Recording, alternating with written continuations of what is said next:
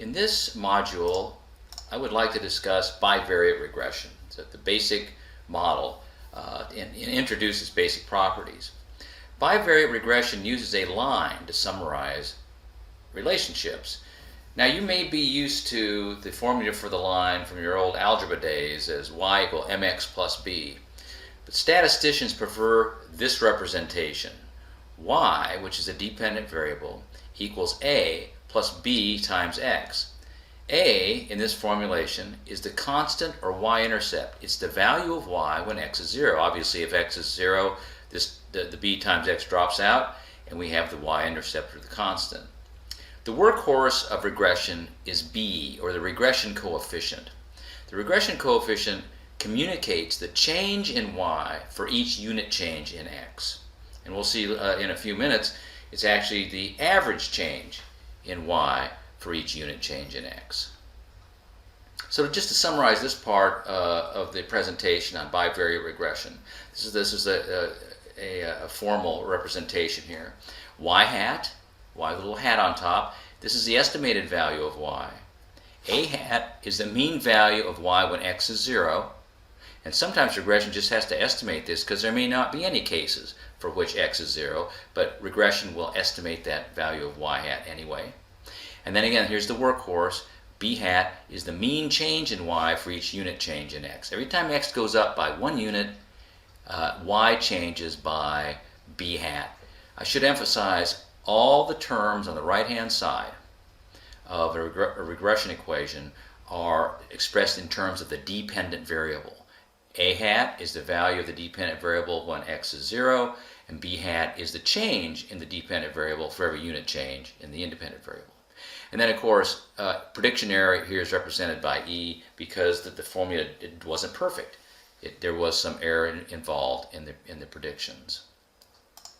Now let's talk a little bit, let's extend this idea and make the data realistic and talk about the question of statistical significance, because the null hypothesis frames its position the same way it frames its position when you talk about any other statistical test. The null hypothesis is very redundant this way. The null hypothesis, H sub 0, says this: in the population from which the sample was drawn, the regression coefficient is really equal to 0.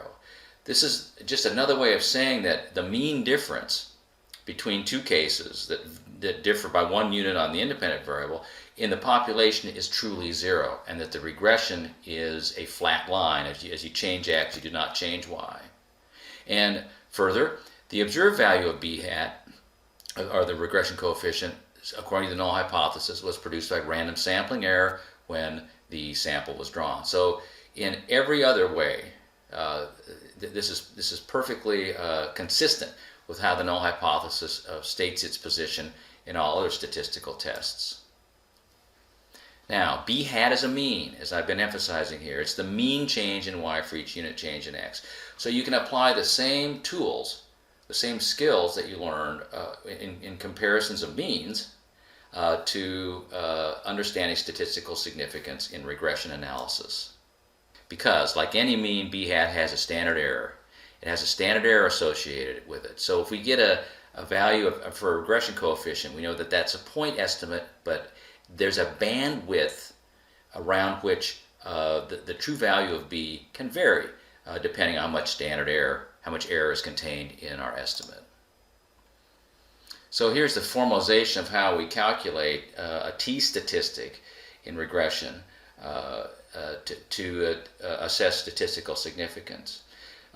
B hat, t equals b hat minus beta. And now beta, of course, is a Greek symbol. It symbolizes a population parameter. And the null hypothesis says that in the population, beta is equal to 0. Our estimate of it was produced by random sampling error. So just like in any test of means, it's b hat minus 0, since that's always what the null hypothesis says it is, divided by the standard error of b hat. Once you have a standard error in hand, you can determine the stability and significance of the regression coefficient. Now here's some realistic data. This returns us to the scatter plot of states that we looked at in the correlation screencast. Percent college or higher, is an independent variable. Turnout in 2012 is a dependent. This representation has a regression line that summarizes this relationship. And here are the elements of that line. Estimated turnout in 2012, which would be y hat, equals A, which is 43.78. This is the estimated turnout when x is 0. So in states where nobody has a college degree or higher, the regression would estimate a turnout to be about 44%. Plus, and here's the key here, 0.60 times college education, or the percentage of the population with college education or higher.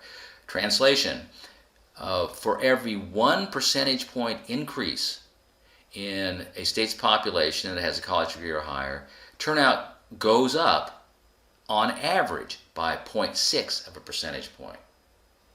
And you can see there's quite a bit of prediction error in this. The null hypothesis comes forward and says, well, you got this pattern in your data, but in the population, the regression line's really flat and really equal to 0. There's so much error in this 0.6 that it actually could be 0. Let's test that. All right, here's some statistics for this problem we're looking at. The computer tells us that the standard error for b hat, for the regression coefficient, is 0.18. Now, what does this mean? This means, by shortcut rule, you can look at the regression coefficient here as 0.60, and you can do a calculation and say, well, 95% of all possible regression coefficients in the population, all possible mean differences for every 1 unit change in college graduates, are going to fall between 0.6 minus 2 times 0.18, which would be about 0.24. That would be the low-end estimate for the effect of college graduates on turnout, or 0.60 plus 0.36, which would be 0.96. So by sort of shortcut rule, we can see that even if you give the null hypothesis every opportunity to explain the results, you will go as low as 0.24 as the value of the regression coefficient. You're not going to go to 0 because that represents a very unlikely event. More formally, we calculate the t-ratio. 0.60 divided by 0.18 is 3.33. And the way regression works, this is with 2 degrees of freedom. With 48 degrees of freedom, the computer calculated a p-value of 0.002. Translation, if H0, the null hypothesis, is correct, we would obtain these results by chance 2 times out of 1,000. By chance.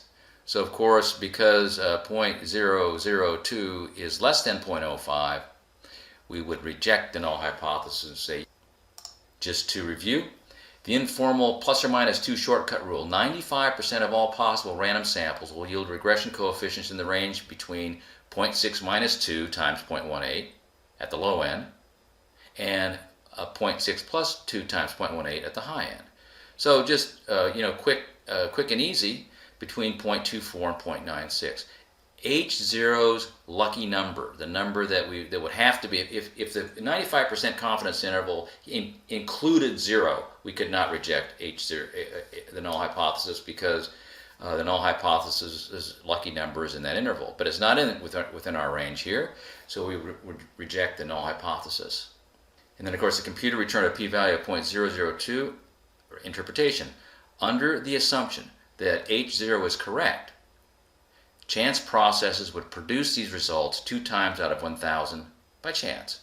Reject the null hypothesis.